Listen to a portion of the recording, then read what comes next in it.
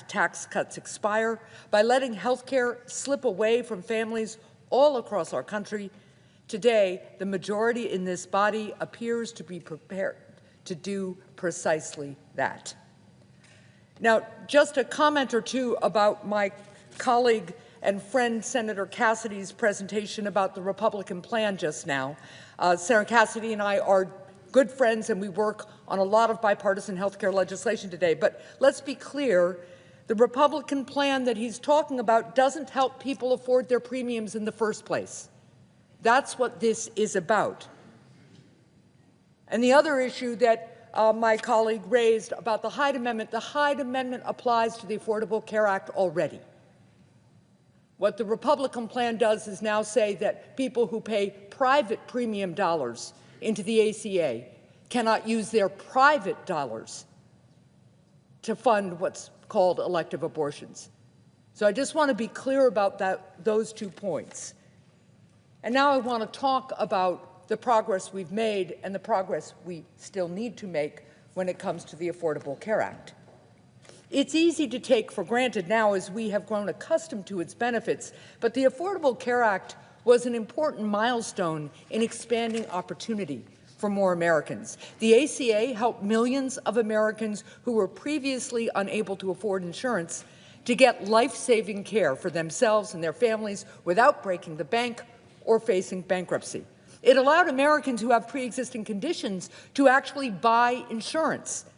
It ended lifetime caps on how much treatment people could get.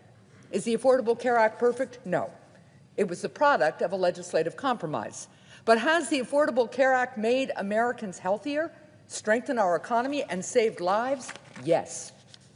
I want to remind people what our health care system was like before the ACA was passed. People with pre-existing conditions could not get health insurance unless they worked for an employer who offered a group plan, and even then, they had to work enough hours to qualify for that plan. Even people who had insurance were subjected to something called lifetime caps. Often the cap was about $1 million, meaning that if you had a terrible accident or expensive disease, the insurer simply stopped covering your care when the limit was reached, regardless of how long you'd been paying your premiums and regardless of whether you still needed life-saving care. Preventive care could be expensive and was often excluded from health insurance coverage. Now, the ACA changed that. People with pre-existing conditions can now buy insurance. People between jobs can buy insurance. Self-employed people can buy insurance. Life-saving and cost-saving preventive care is covered at no charge, and there are no lifetime limits on care. Now, the smart thing for us to do right now would be for us to build on this progress. There's no shortage of ways in which we need to improve our healthcare system. We need to lower healthcare costs, and there are good bipartisan proposals in this body to do that. And we need to end the inefficient and harmful fragmentation of care. I am ready to work together on a bipartisan basis to do just that. But rather than tackle those problems, the Trump administration has actively worked to make health care even less affordable. This summer, the Republicans gutted Medicaid in order to pay for tax breaks for billionaires. Now, with tax credits for the Affordable Care Act due to expire, the President and Washington Republicans will instead allow health insurance premiums to skyrocket for millions of Americans. The American people asked for lower costs. The President is handing them a steeper bill. In recent weeks, too many of the conversations in this chamber about the path forward have gotten stuck in the abstract.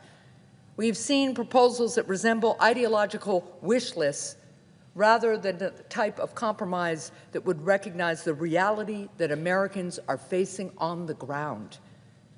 But I can assure you that for my constituents, rising health care costs are not abstract. It's not abstract for a Granite Stater who will have to pay $1,000 more a month for health insurance. It's not abstract for the family that depended on these tax cuts in order to make ends meet, who don't know if they'll have to pull from their savings or find a cheaper place to rent just to afford these new premiums. And it is not abstract for the untold number of Americans who will miss out on routine care and preventive screenings for cancer and other diseases because they couldn't afford their new premiums. I find myself struck by some of the words that we use in this chamber to talk about health care: risk pool, cost sharing, silver tier, gold tier. Behind all these words and jargon, we're talking about people. We're talking about being sick and being healthy, about living with dignity or struggling in despair. We're talking about living and dying. This is an issue that demands the most serious of leadership. But plainly, that's just not what the American people are getting from Donald Trump's Washington today. Today's vote leaves me with a simple question, a question that the majority in this body ought to answer. But by your vote today to make insurance premiums more expensive, who in America wins? The majority in this body may carry the day with their votes, but who exactly will this victory be for? What family will be made better off by health insurance becoming more expensive? Which child is going to become healthier? Make no mistake, today's health care vote is more than a vote on a single bill. In a greater sense, in the fight to make American life more affordable, in the effort to save the American people from a looming health care calamity, the majority of this body, the majority in the House, and above all, the President himself, are, in short, choosing to abstain. They are throwing up their hands, essentially saying, nothing we can do here. Given the choice between keeping health care premiums from skyrocketing for millions of Americans or letting these tax cuts expire, the President is content to do nothing. In the face of this health care crisis, in the face of Americans of all political stripes clamoring for a solution, the Republican majority is deciding that the world's greatest deliberative body ought to shrug its shoulders and abdicate its responsibility. So yes, I'll close with this. It's a bad day for this country and for the United States Senate. And it's a day that the American people will remember. Thank you, Mr. President. I yield the floor.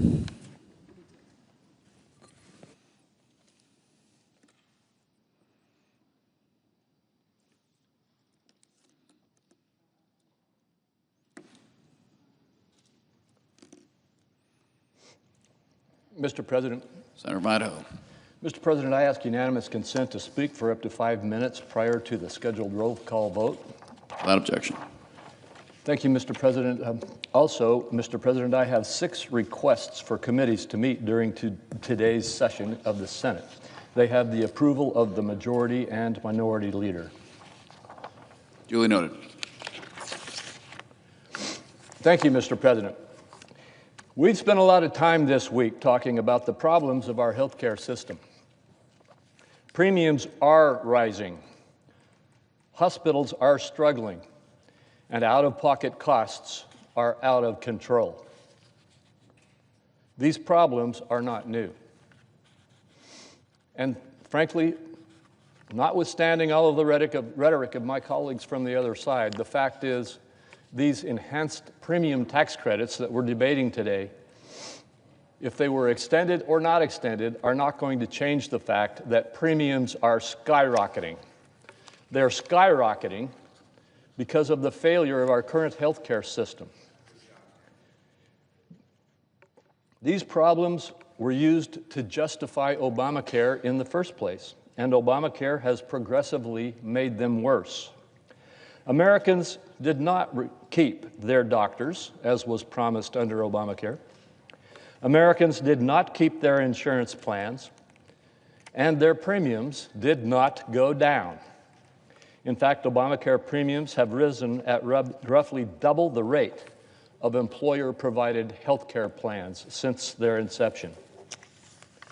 Our Democrat colleagues have only had one response to these skyrocketing premiums: more spending, which they claim is going to stop premium increases. In fact, facilitates greater premium increases. Without ever winning a single Republican vote, they created the Obama premium tax credits, expanded them to all Americans, to Americans of all income levels, and then extended that expansion. These credits did not reduce costs and did not reduce premiums. All they did was shift the cost to taxpayers and help insurance companies to continue to hike premiums higher and higher. Democrats know that Obamacare has failed. They themselves have said so on this floor. But with a deadline quickly approaching again, a deadline that was set by my own Democrat colleagues, they say we have no choice but to extend this failed policy one more time on these premium tax credits. This is a policy they could not even make permanent when they controlled the presidency, the Senate, and the House. Even so, their only offer is more spending. They call their plan a clean extension, a 3-year extension of this program with no reforms, costing hardworking families $83 billion, with tens of billions of dollars going to insurance companies and fraudsters, is anything but clean. Twice on this floor this week, Republicans have offered the Democrats a unanimous consent to have a temporary extension of these premium tax credits with needed reforms to address waste and fraud and abuse that is rampant. And twice this week, that's been rejected. The Government Accountability Office recently uncovered how embarrassingly easy it is to game this Obamacare subsidy system, with the Wall Street Journal calling it a mecca for fraud. Even the Washington Post recognized that Obamacare subsidies make it too easy to scam the system. Fortunately, we have another option. Instead of the Minority Leader's $83 billion extension, which would do absolutely nothing to reduce fraud and would keep driving premiums higher, Senator Cassidy and I have offered a fiscally responsible proposal that will reduce premiums, save taxpayers money, and give Americans control over their health care. Our bill provides pre-funded, patient-driven health savings accounts for Americans enrolled in qualified Obamacare bronze and catastrophic plans. Importantly, low-income Americans will still receive subsidies for those Obamacare plans through the permanent portion of the premium tax credit system. Americans who choose this option will have both insurance coverage and help paying for their remaining out-of-pocket costs, all without giving insurance companies a reason to enroll them in plans without their knowledge, as has occurred for years. Our bill also fixes an error in the original design of Obamacare by funding the cost-sharing reductions that it mandated, reducing benchmark premiums by 11%. Let me point that out. That piece of our proposal will reduce premiums by 11%. The Minority Leader's plan is not going to pass. But if just a few of my Democrat colleagues will join us in voting for our bill, we can put this crisis behind us and lay the groundwork for true reforms. For instance, Senator Wyden and I remain intent on getting our bipartisan pharmacy benefit manager reform to the President's desk. We have many other bipartisan agreements on needed health care reforms that we need to move forward on. The choice before us is clear. We can continue with business as usual and extend the same policy that has brought our health care system to the point where every member of this body admits that it's broken. Or we can try something different. We can change the incentives that Obamacare gives insurers to drive premiums higher and put our confidence in Americans to make the best decisions about their own health care. If we fall off the Democrat-created subsidy cliff, it will not be because we did not have a different choice. Thank you, Mr. President. I yield the floor.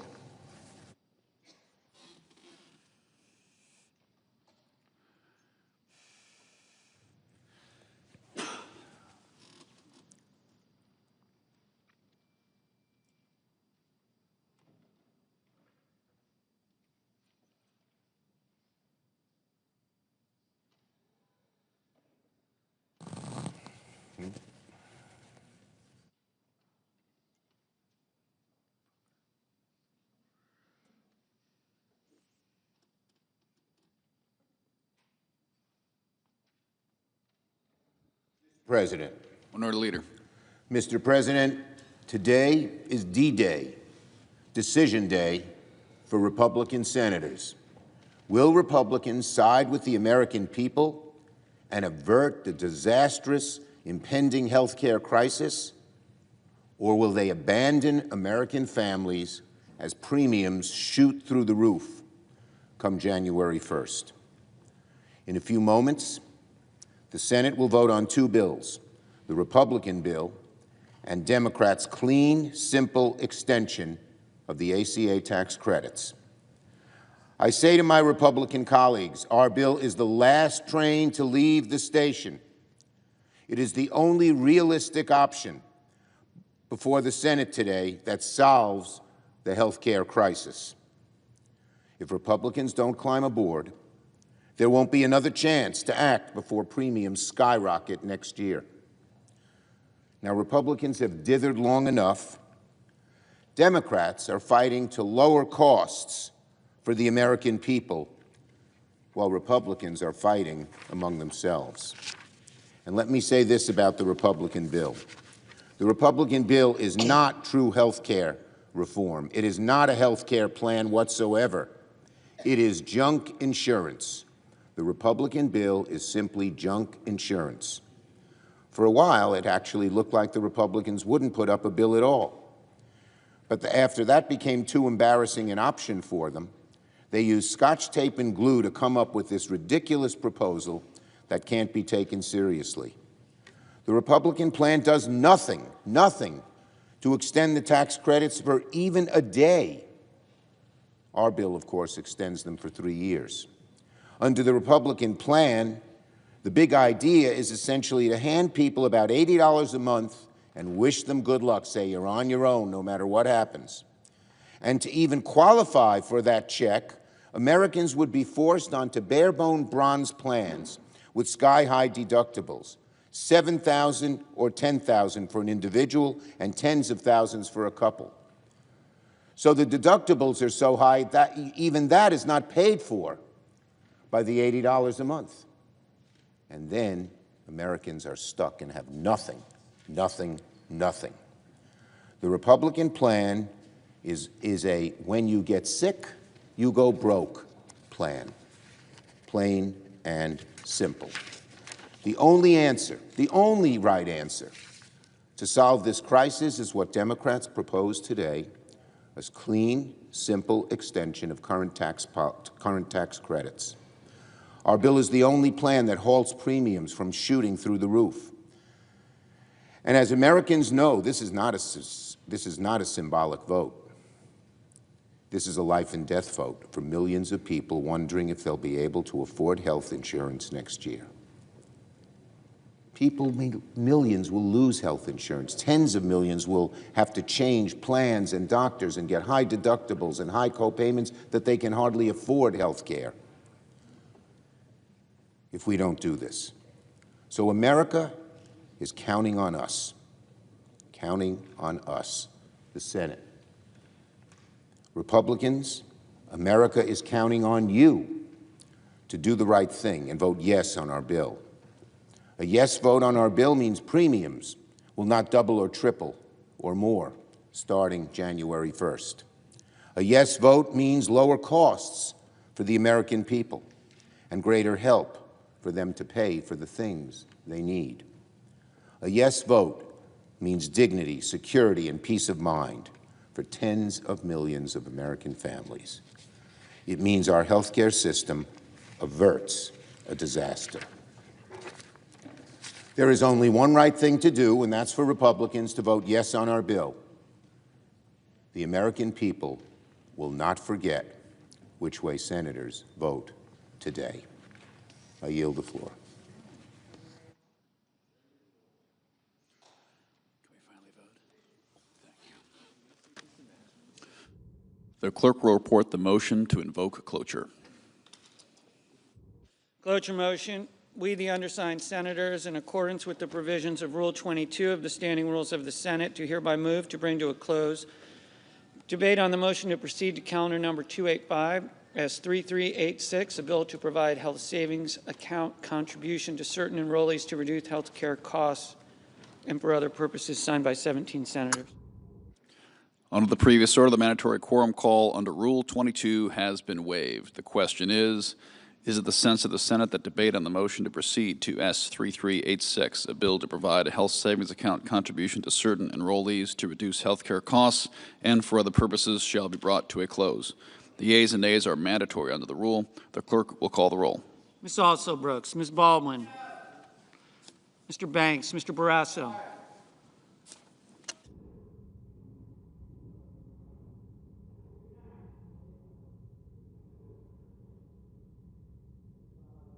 Mr. Bennett. Mrs. Blackburn.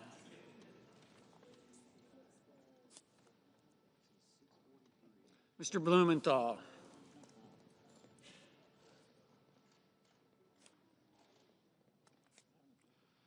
Ms. Rochester. Mr. Booker. Mr. Bozeman. Mrs. Britt. Mr. Budd. Ms. Cantwell, Mrs. Capito, Mr. Cassidy, Ms. Collins, Mr. Coons, Mr. Cornyn, Ms. Cortez Masto, Mr. Cotton, Mr. Kramer, Mr. Crapo, Mr. Cruz, Mr. Curtis,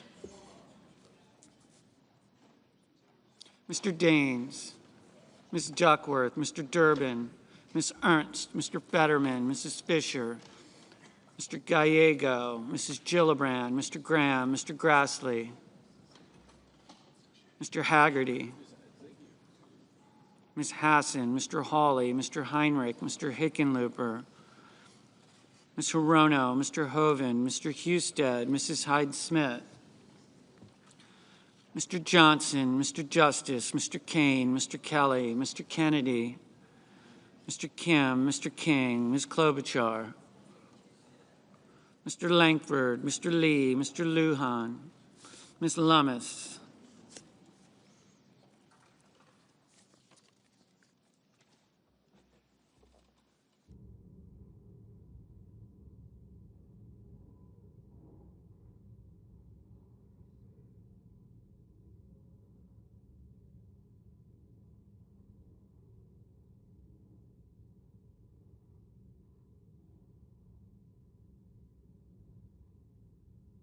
Mr. Markey, Mr. Marshall, Mr. McConnell, Mr. McCormick, Mr. Merkley, Mrs. Moody, Mr. Moran, Mr. Moreno, Mr. Mullen, Ms. Murkowski, Mr. Murphy, Mrs. Murray, Mr. Ossoff, Mr. Padilla,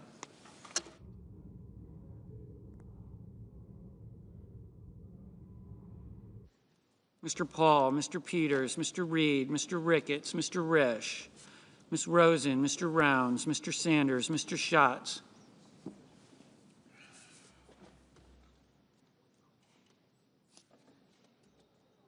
Mr. Schiff, Mr. Schmidt, Mr. Schumer, Mr. Scott of Florida, Mr. Scott of South Carolina, Mrs. Shaheen, Mr. Sheehy,